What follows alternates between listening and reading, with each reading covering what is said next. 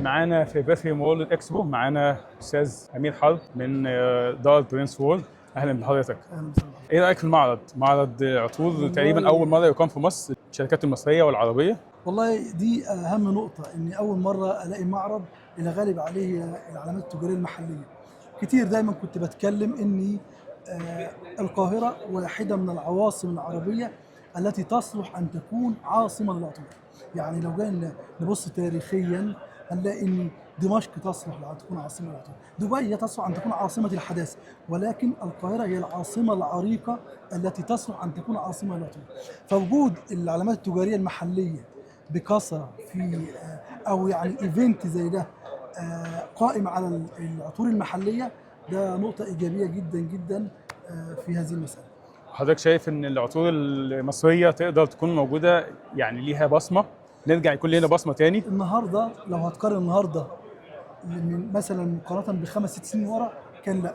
النهارده لا، النهارده كل علامه تجاريه محليه موجوده لها بصمه خاصه، مش في السوق المحلي، لا في السوق العربي والعالمي.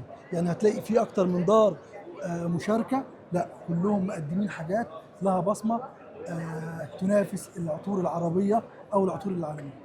طيب كلمنا عن دار برنس وورلد، لو حد لسه لاول مره يعرف عنها ممكن يبدا بايه؟ اولا او ايه اللي برنس وور بيتميز بيه؟ يعني امير حرب، يا دار امير حرب اوكي هو العلامه التجاريه قايمه على الاسم العام بتاعه. والله بص، عطور امير حرب قايمه على ان تتعمق في المحليه، يعني قايمه على الانغماس في فكره المحليه. عارف انت نجيب محفوظ لما كان بيقول ان اردت ان تصل الى العالميه فعليك ان تنغمس في المحليه. هي عطور امير حرب قايمه على المحليه في ذاتها. لذلك هتلاقي كل عطورنا اما قايمه بالفكره والفلسفه على المحليه، او قايمه بالتصميم على نوتات تناسب المواطن المصري.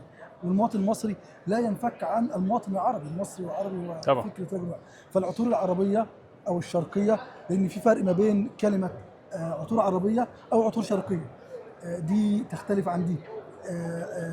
يعني كلمه عطور عربيه لا، هي مصطلح بذاته عن مصطلح العطور الشرقيه، ولكن كلهم يناسبوا المواطن المصري العربي العريق. يعني ايه اكتر حاجه تصلح للاستخدام اليومي في عطورنا، بص اولا انا بسال لنفسي، انا اناني بسال لنفسي الاول قبل ما اسال للناس. العطر الذي يصلح دائما للاستخدام اليومي هو العطر الذي يغلب عليه الطابع الحمضي الخشبي.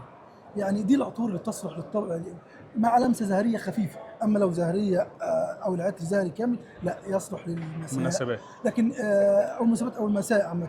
لكن العطور التي تصلح هي العطور دايما اللي بيغلب عليها الطابع المنعش، الطابع الحركي الحيوي، دي دايما عطور. ففي عندنا سافيج توكسيدو، وفي عندنا اكتر من عطر يغلب عليه الطابع الخشبي. تاني الاسم معلش الناس. سافيج توكسيدو مثلا.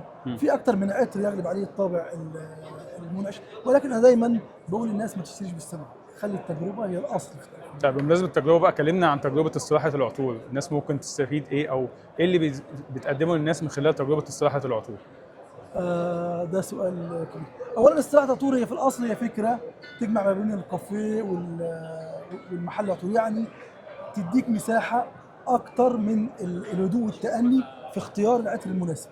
دي استراحه العطور، تاخد في يعني تاخد مساحه اكبر في انك تتأنى في اختيار العطر المناسب، لان الاختيار المتعجل دائما بيكون نسبه فشله 60% حتى وان اعجبك العطر في البدايه. يعني فهي الاستراحه قايمه على انك تختار بتأني. ثانيا هي قايمه على اني زي ما قلت لك عطورنا قايمه على الثقافه المصريه المرتبطه بالثقافه العربيه الابعد، فان كنت بتحب الجانب ده فدايما هتلاقيها عندنا مختلفه باذن الله. عطر النهارده ايه؟ الحقيقه النهارده ما فيش عطر، انا جيت هنا عشان اخد العطور، مساحه من. طب قول لنا مشكله افضل عطر من بره الدول عندكم بالنسبه لك، او انت بتحب انهي فايبس في العطور؟ والله انا جربت عطور، خلينا في النهارده، انا جربت عطور كويسه في نيلافار، جربت عطور كويسه في ديوان، يعني فوجئت من نيلافار. ممكن ترشح لنا ايه؟ في عطر رشيد جربت عندهم، يعني انا انصح بيه. بيتكلم عن ايه؟ هو عطر قايم على في فلفل اسود، في جلود دافئه، وفي لمسه القطران بس بشكل مظبوط. انا جربته عطر انصح بيه. جربت من عند ديوان كذا عطر ممتازين جدا جدا جدا، ودي دعايه للدول المحليه يعني ان هي فعلا بتقدم حاجات تنافس العطور العربيه، العطور العربيه الحقيقيه، وتنافس العطور العالميه. انا بشكر حضرتك جدا، واحد من العلامات في مجال صناعه العطور الله في يبارك مصر، فيك يا رب. ودايما يا رب تتحفنا كده بعطور جديده وافكار الله جديده. يسعدك. شكرا، الله سعدت بيك، فرصه سعيده. يسعدك.